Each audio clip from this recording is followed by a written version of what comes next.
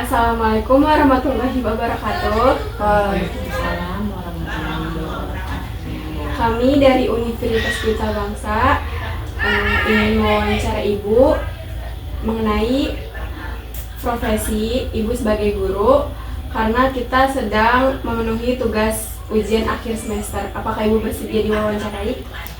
Ya. Perkenalkan, nama saya Saskia Jalfa Syakira dengan NIM 1324 10 133 dengan teman saya.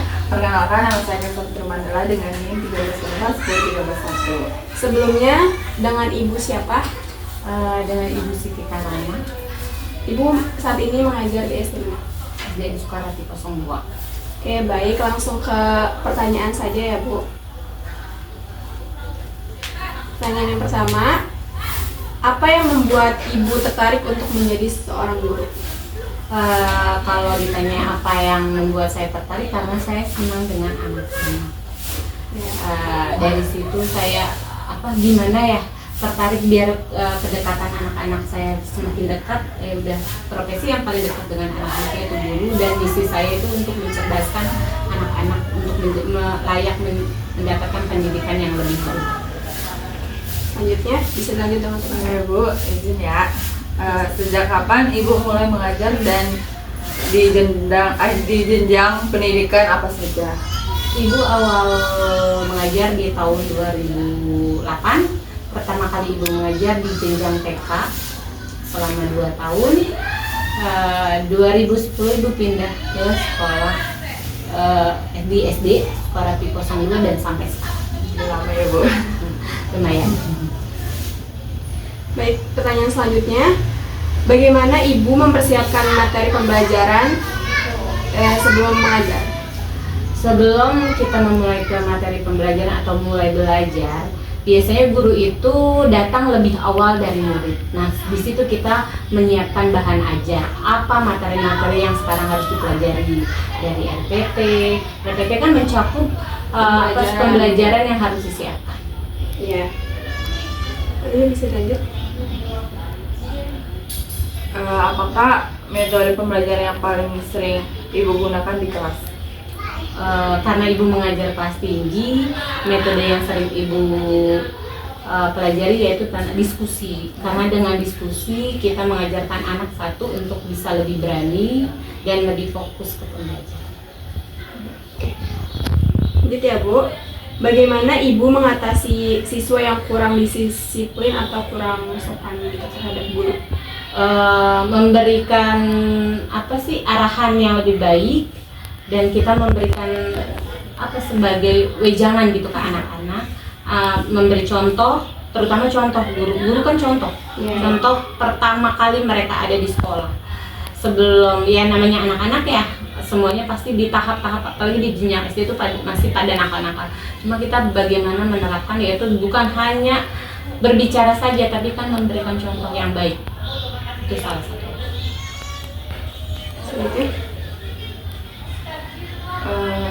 Apakah tantangan terbesar yang Ibu pernah hadapi sebagai seorang guru? Tantangan terbesar untuk jadi seorang yang pernah saya hadapin, yaitu kebetulan Ibu ngajar di kelas 4-5. Itu salah satu yang udah termasuk bisa lah ya untuk masuk ke dunia materi atau pembelajaran. Cuma ada kalanya tantangan Ibu itu bila bertemu dengan anak-anak yang satu yang belum bisa baca. Ada di kelas 4 dan kelas 5 ada ya Bu. bisa baca. Cuma kalau Ibu monoton ke anak tersebut, anak yang lain kehilangan pembelajaran. Jadi siasat Ibu yaitu memberikan waktu tambahan di luar pembelajaran. Misalkan anak-anak yang lain udah jam istirahat, mereka istirahat, kita memberikan waktu yang lebih untuk anak tersebut.